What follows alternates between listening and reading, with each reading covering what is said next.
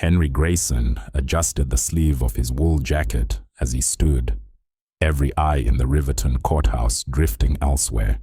He cleared his throat softly but didn't raise his voice. The room, with its faded oak paneling and flickering fluorescent lights, felt more like a waiting room than a place of justice. The heating vents hummed overhead, clashing like a distant argument. A young clerk slouched beside a tray of worn pencils, muttering to the bailiff, "This the old vet again?" Henry didn't glance their way.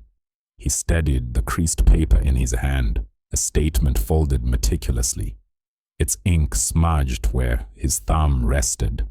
He'd brought it last week and the week before, each word true, not eloquent. His boots, polished to a dull sheen, echoed faintly as he stepped forward. His right knee creaked, but he didn't wince. "I was on the bench by Miller's auto shop," he began, voice steady but low. "Just after dusk. I saw Mr. Larson cross from north to south. No sign of the kid near him. The boy came around the corner later, maybe 12 seconds. He didn't read. He'd memorized it weeks ago." The prosecutor arched an eyebrow without lifting her head. Judge Harper blinked, her pen scratching notes. "Mr. Grayson, were you wearing corrective lenses?" she asked. "I wear reading glasses, ma'am, for close work." He tapped his chest where his bifocals hung in a case. The streetlight at the corner flickers, but it was on. Judge Harper paused, unreadable. "Note potential visibility issues due to lighting," she instructed the stenographer. "Thank you, Mr. Grayson. That will be all. Ma'am, if I may." Thomas wasn't near the child when "that will be all." The courtroom fell silent save for a pen clattering to the floor. Henry's shoulders tensed under his worn navy coat. Thomas Larson, beside his public defender, kept his head down. Clara Bennett, the defense attorney, scribbled a note, her eyes flicking to Henry's service pin before drifting away. She'd seen him here 3 times this month, always punctual, always ignored. Judge Harper rapped her gavel once, more habit than need. "Testimony from Mr. Henry Grayson is inadmissible due to lack of clarity." A murmur rose, not shock, but dismissal. Someone yawned. "Old guy again," a man whispered. Henry nodded, folded his paper into quarters, and stepped back. His boots thudded softly as he passed the rail, pausing at the door to glance at the flag above the bench before exiting. Outside, the Oregon autumn wind bit harder, the sun hidden behind thick clouds all day. Wet leaves speckled the courthouse steps. Deputy Sam Reed, in a brown coat and mittens, offered a styrofoam cup of coffee. Henry accepted it with a nod, black, no sugar, warming his hands. Across the street, Rose's Cafe glowed, its neon open sign flickering above 2 parked sedans. Henry turned toward Main Street as a school bus hissed by, the wind lifting his coat to reveal neat denim. From the second-floor window, Clara watched, pen in hand, lips parted. She hadn't looked away. Later, she stopped at Rose's Cafe, telling herself it was for coffee. Inside, the warmth enveloped her, the rhythm of a place unchanged. Rose, in an apron, poured 2 mugs. "Booth," Clara said softly, sliding into a seat by the window.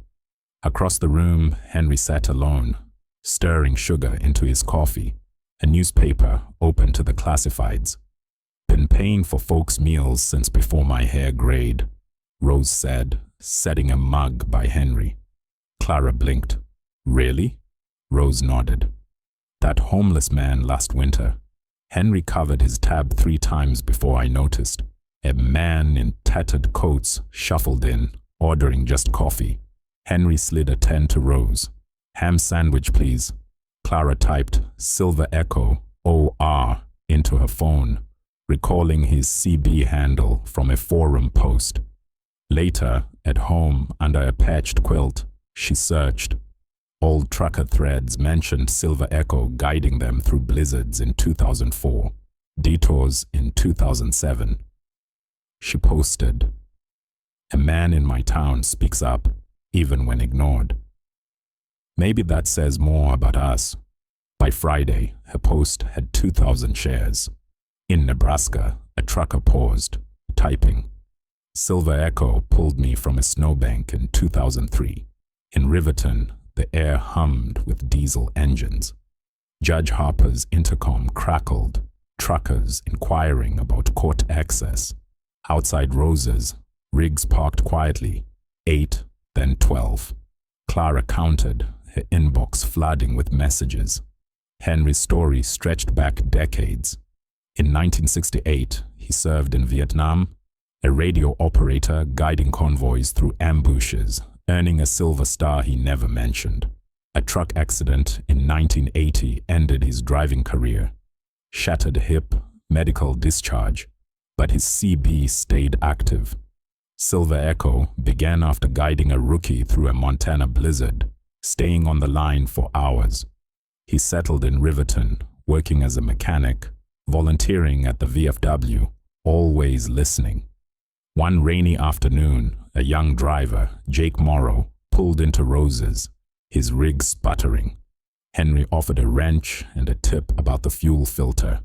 "Learned that on I-5, he said.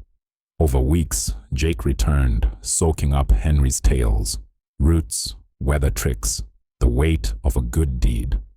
"You ever think of driving again?" Jake asked. Henry smiled. "My wheels are parked, son. Yours aren't." Jake later confided his struggle with dyslexia. Henry taught him to map routes by feel, not text. The next morning, the courtroom overflowed. Henry entered, and heads turned. Frankie Ortiz stood. "Ma'am, I request to speak for the man who saved my life." Hands rose, calloused, weathered. Raina Patel shared how Henry fixed her tire in 2005, saving her infant. Max Carter recalled a coat and quiet words in 1994. Clara placed a child's drawing beside Henry, a truck with a haloed figure. Judge Harper reversed her ruling.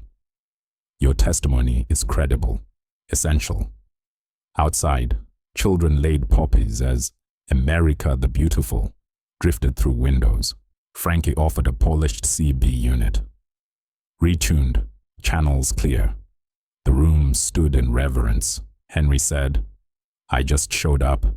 Days later, letters poured into Rose's, Idaho, Nevada, Texas, thanking Henry for past guidance. A faded photo showed a rig beside his old green truck. Rose added a corkboard, pinning mementos. Henry mentored Jake, guiding him through a foggy night repair. "You're not stuck, just paused," he said. Jake returned, grinning. "You're my North Star." By Veterans Day, Riverton transformed. Main Street lined with rigs, flags fluttering, children distributing poppies. At Grayson's Corner, Henry sat with a carved CB mic labeled Silver Echo and a new drawing from Ellie, a convoy led by Light. Clara dropped bulletins. A boy handed Henry a note. "Thank you." The radio crackled. "Dusk Rider, got room?" Henry replied, "Always, come on home." A local paper ran a feature, drawing visitors, veterans, drivers, families. Henry spoke at a school assembly, his voice low. "Help doesn't need a stage. It just needs you." Mia asked, "How do you keep going?" He paused. "You show up, even when they don't see you." She left a poem, The Quiet Guide. Months later, a trucker convention honored Henry with a Silver Echo Award, a simple plaque. He didn't attend, but Jake accepted it, reading Henry's note. "Keep the roads safe." The community built Grayson's Rest, a park with a bench and CB antenna. Henry visited often, watching kids play. That spring, Riverton held a Silver Echo Festival with truck parades, CB demos, and a stage where drivers shared stories. Henry sat quietly, but a young vet, Luis, approached. recognizing Henry's Vietnam unit. "You saved my uncle's convoy," Luis said. Henry nodded, tears in his eyes, the first time he'd spoken of war. They embraced a silent reconciliation. A letter arrived from Henry's estranged brother, apologizing for a decades-old rift over their father's will. "I read about you," it said. Proud. Henry visited him in Portland, mending ties over coffee, sharing CB tales. Back in Riverton, he taught a CB class for teens, including Mia, who mapped a route for a school project, beaming at her success. One misty morning, a convoy of 20 rigs rolled in, honking in unison. Drivers presented Henry with a restored 1970s CB rig, painted green. "Your old wheels," Jake said. Henry ran his hand along it, whispering, "Still here." The festival grew annual, drawing thousands, its proceeds funding a scholarship for young drivers.